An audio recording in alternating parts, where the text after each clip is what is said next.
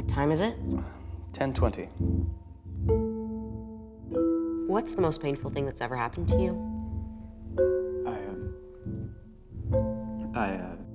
I'm never coming back.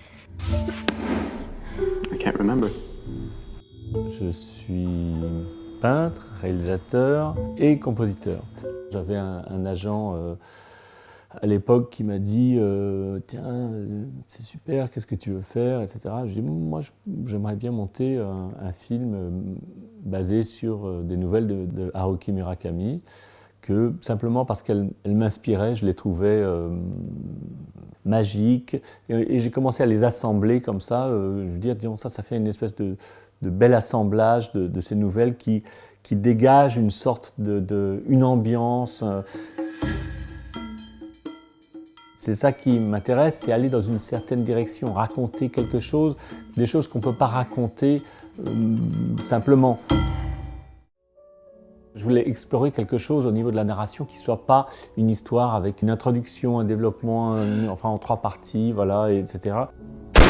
Je voulais vraiment explorer autre chose et me dire, allez, on tente et puis on va voir ce qui se passe. Et c'est pour ça que l'animation est intéressante, peut-être dans ce sens, parce qu'on fabrique tout.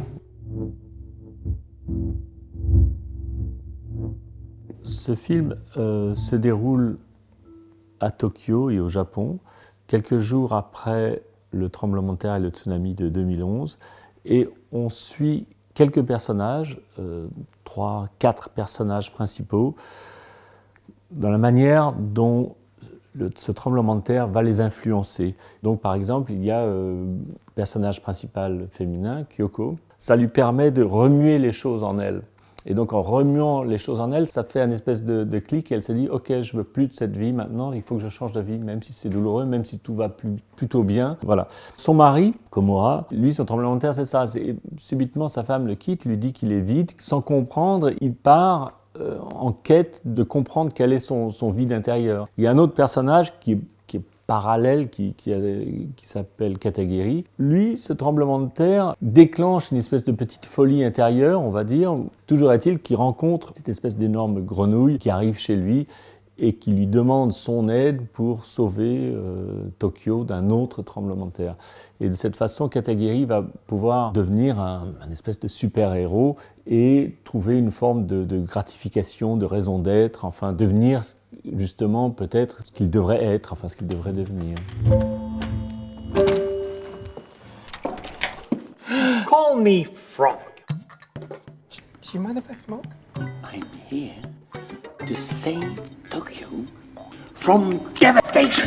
Le film emploie une technique d'animation très particulière que j'ai mis au point. Disons, sur une base de live, donc d'après-tournage, parce que, évidemment, moi j'aime bien travailler avec des acteurs, diriger les acteurs, qui allaient m'apporter des choses en plus. Une fois que le tournage était fait, que le montage était fait d'une manière tout à fait classique, enfin, si ce n'est que c'était un tournage en studio, on a commencé le travail d'animation.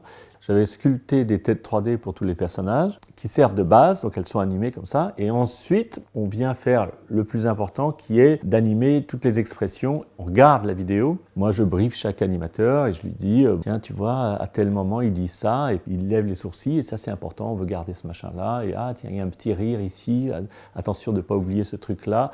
Et lui, il transcrit ça à notre personnage, qui ne ressemble en rien, évidemment, au personnage qu'on a filmé.